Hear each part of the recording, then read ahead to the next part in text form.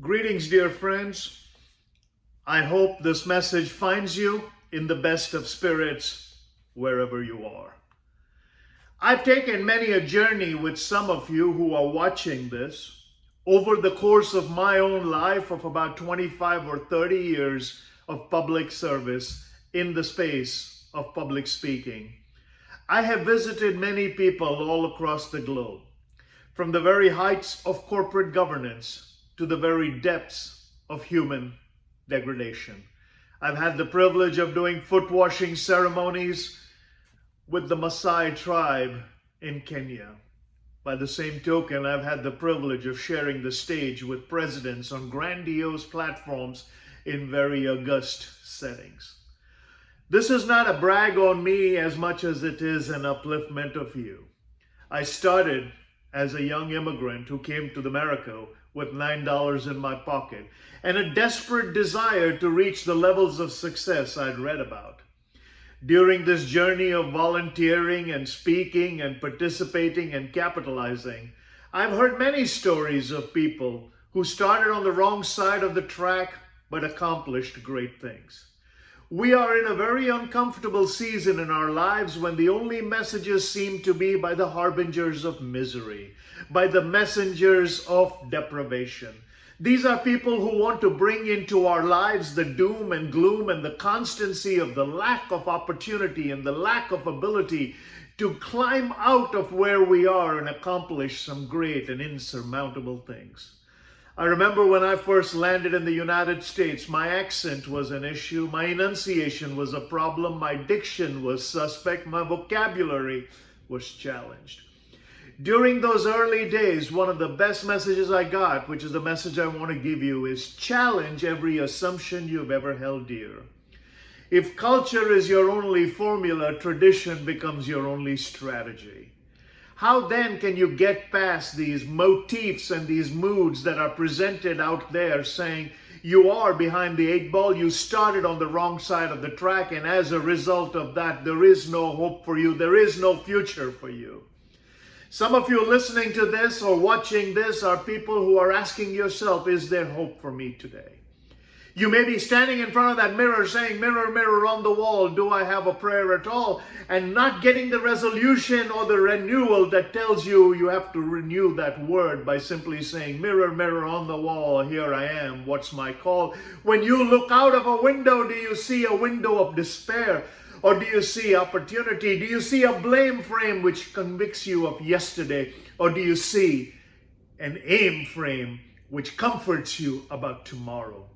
Success, my friend, has never been a destination. It is always a journey. There is never a pinnacle where you arrive and look back and say to yourself, you know, I have done everything. That's when you start dying. Dreaming is living.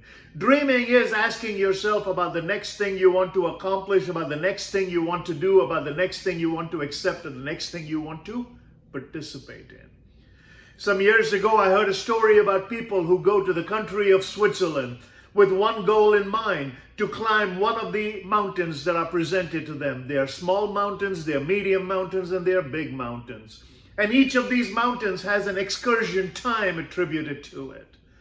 And people go there and look at the scope of what they want to accomplish. They look at the skill that they have to accomplish it. They look at the fortitude they have to finish it. They look at their stamina they have to endure it.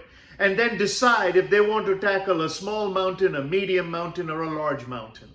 And again, the duration of the hike, the duration of the expedition is totally dependent on the size of the mountain you pick. And some of us, our mountains have been picked for us. Some of us, our obstacles are placed in front of us. So how then do you make that decision to overcome that which is in front of you? Let's go back to our story. So people primarily want to climb a mountain in Switzerland to come back and have bragging rights at boring parties when they can say, I attempted to climb a mountain. Well, nobody who's ever climbed a mountain wants to attempt to do anything. They want to summit it.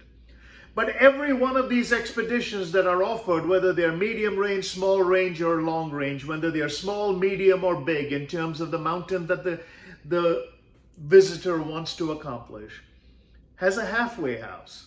And by halfway house, I simply mean a place halfway up the mountain which is built into the side that has the look of a chalet.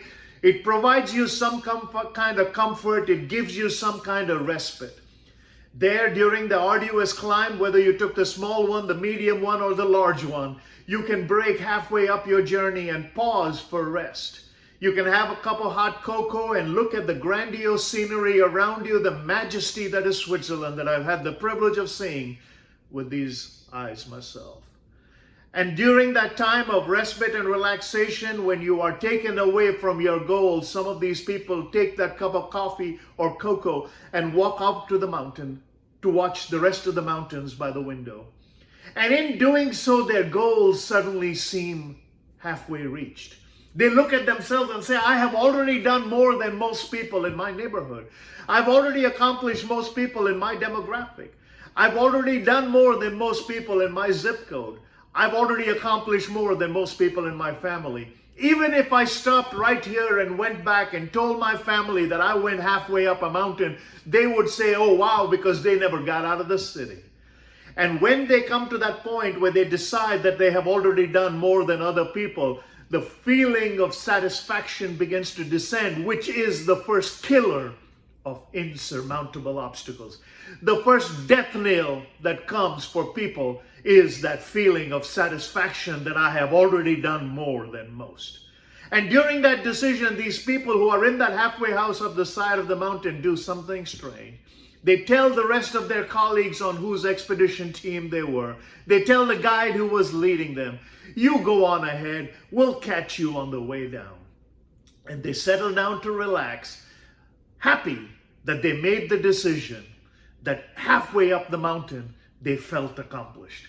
But guilt begins to set in because the world was never designed for gonna-doers and wannabeers.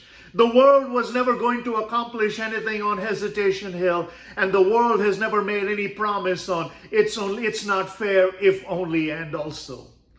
So they walk back out to those windows and look up to the top of the peak where their colleagues have now summited.